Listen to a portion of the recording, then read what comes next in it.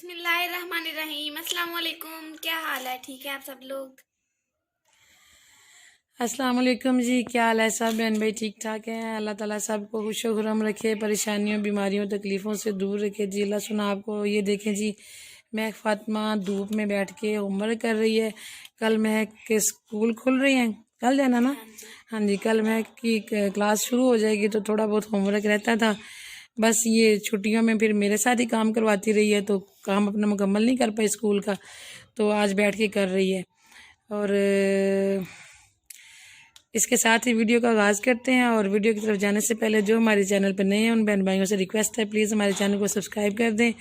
और जो हमारे पुराने बहन भाई हैं जो कि हमें रेगुलर देखते हैं उनसे रिक्वेस्ट है कि प्लीज़ वीडियो को लाइक कर दीजिएगा और सब मिलके पूरी वीडियो देखिएगा। Thank you so much. चलते हैं जी आगे। ये देखें जी, महक फ़ातिमा लेके आ रही है मशीन सिलाई। तो क्योंकि आज महक फ़ातिमा का सिलना है यूनिफॉर्म, कल इसने स्कूल जाना है तो इसका जो पुराने वाला यूनिफॉर्म था वो थोड़ा रफ सा हो रहा था और शॉर्ट भी हो गया पड़े पड़े। बस स्कूलों में तो छुट्टियां थी तो इस वजह से फिर मैंने कहा नया यूनिफॉर्म सिलाई कर देते हो। तो अभी मैं इसका यूनिफॉर्म भी सीने लगी थी। तो सबसे पहले मैं आप सब बहन भाइयों का शुक्रिया अदा करना चाहूँगी दिल की गहराइयों से, जिन लोगों ने इतने अच्छे अच्छे मैसेजेस हमें किए हैं कि आप लोगों की वीडियोस नहीं आ रही। तो यकीन माने कि बिल्कुल अंदाज़ा नहीं था कि हम जैसे ना चीज़ों को इतने अच्छे अच्छे इतने प्यारे प्यारे लोग भी याद करते हैं और मिस करते हैं। तो अब मैं नाम लेने लगूंगी तो वीडियो लंबी हो जाएगी, तो इसलिए मैं सबका इकट्ठे ही शुक्रिया अदा करती हूँ। और आज हालांकि इस कंडीशन में नहीं थी कि वीडियो बना सकती, सिर्फ आप लोगों की मोहब्बत की वजह से मैं मजबूर हो गई वीडियो बनाने के लिए। तो चलें वीडियो बना महक को देते हैं, रिकॉर्ड करती है कैमरा, इसके हाथ में देते हैं तो साथ साथ बातें करते हैं। और मैं इसका यूनिफॉर्म काट लेती हूँ क्योंकि टाइम थोड़ा, दूसरे दोनों बच्चे गए हुए हैं स्कूल, शजेब और अवैस, तो ये अकेली घर है। और इस वक्त 1 बज गए। मैंने इसका यूनिफॉर्म भी सिलाई करना है और दूसरे बच्चों का लंच भी जो है ना वो तैयार करना है उनके आने तक, इसलिए मैंने कहा कि आज रिकॉर्डिंग महक करती है और मैं आज साथ साथ काम करती हूँ। तो वजह ये थी कि जब से हम लोगों ने चैनल शुरू किया तो इतनी लंबी छुट्टी हमने कभी नहीं की, और जो भी यूट्यूबर है वो बगैर वजह के इतनी लंबी गैर हाजिरी उनकी नहीं होती है। जब भी कोई इतना लंबा टाइम गैर हाजिर होते हैं तो उसका कोई ना कोई रीज़न ज़रूर होता है। तो ऐसे ही हमारे साथ भी बहुत बड़ी हम टेंशन से गुजरे हैं, बहुत परेशान थे जिस वजह से हम लोग बिना वीडियो नहीं बना पाए। तो आज कुछ हद तक टेंशन कम हुई थी, बिल्कुल तो नहीं हुई, लेकिन आप लोगों की मोहब्बत ने मुझे मजबूर कर दिया वीडियो बनाने पे। और मैंने कहा चलें आए तो बहन भाइयों से मुलाकात करते ही करते हैं, कुछ भी हो जाए। तो अल्लाह ताला आप सबको खुश रखे जी। अभी मैं महक फ़ातिमा की ये मैं फ़्रॉक बना रही थी। ये मैंने इसकी ना फ़्रॉक की अगली और पिछली जो साइड होती है ना, जो घघरी होती है, ये मैंने उतार के रख ली है। अब मैं इसकी ऊपर वाली जो पेटी है ना, मैं उसकी कटिंग करने लगी हूँ। ये खवातीन को तो समझ आ ही रही होगी पेटी घघरी क्या होती है।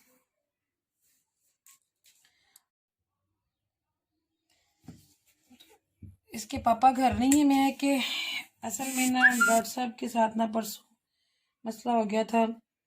अल्लाह ताला उनको ज़िंदगी से दे। उनके सर में तो कभी माशाल्लाह दर्द भी नहीं हुआ, सर में दर्द भी नहीं हुआ कभी। तो परसों वो किसी काम से गए हुए थे तो रात को लेट आए हैं, 11 बज गए थे आते आते। और आप सबको पता ही है कि पहले हमारे पास गाड़ी थी और अब गाड़ी नहीं है, तो वो गए हुए थे बाइक पे और सर्दी शदीद थी। तो आते हुए रास्ते में उनको इस कदर ठंड लगी या कुछ सीने में ना जकड़न सी या दर्द सा पहले से ही था ना, चेस्ट इन्फेक्शन जैसे होता है ना, तो उस दिन सर्दी में जाने की वजह से वो ज़्यादा हो गया और घर आने तक उनको शदीद दर्द था, शदीद दर्द। और घर आते ही वो तो ऐसे जैसे लोट पोट हो गए ना, तो हमारी तो जान ही निकल गई। कुछ समझ में नहीं आ रहा था। रात के 11 साढ़े 11 का टाइम था, हम घर पे अकेले थे, बच्चे थे मेरे साथ, बच्चे भी रो रहे थे और मैं बहुत परेशान थी कि क्या करें। उस वक्त गांव में कोई डॉक्टर भी नहीं मिलता, तो ये खुद मुझे इस कंडीशन इस कदर इनकी ख़राब हो गई कि मुझे बता ही नहीं पा रहे थे कि मैं इनको कौन सी मेडिसिन दूँ। तो कह रहे थे मुझे दर्द है सीने में। तो मेरे पास फिर मैंने इनको ना पोस्टान फोर्ट देने की कोशिश की। तो कहते हैं इतना सा बोले कि ये मैंने खाई है, ये नहीं मतलब दवाई मैंने खाई है। तो मैंने कहा फिर क्या करूँ, कहीं ले जाऊँ आपको? तो कहते हैं कि नहीं तुम मुझे इंजेक्शन लगाओ। अब मुझे तो नहीं पता था कौन सा इंजेक्शन लगाना है, क्या करना है। फिर किसी तरीके से उन्होंने थोड़ा सा होश आया, मुझे बताते हैं कि फ़लाँ फ़लाँ इंजेक्शन मुझे लगाओ, और मुझे लगाना भी नहीं आता था इंजेक्शन। मैं कहा आप वो लेके आओ, इस्त्री लेके आओ जल्दी से। तो फिर उन्होंने मुझे इंजेक्शन बताया, मुझे इंजेक्शन तोड़ना भी नहीं आता था। फिर मैंने किसी तरीके से तोड़ा इंजेक्शन और भरा, और फिर मुझे ये भी नहीं पता था कि किस जगह पे लगाया जाता है। तो मैंने लगाया इनको, इस कदर मतलब चेयर पे बैठे बैठे ना निढाल हो गए और गिरने लगे। मैंने पकड़ा, अब माशाल्लाह मर्द को उठाना बड़ा मुश्किल होता है।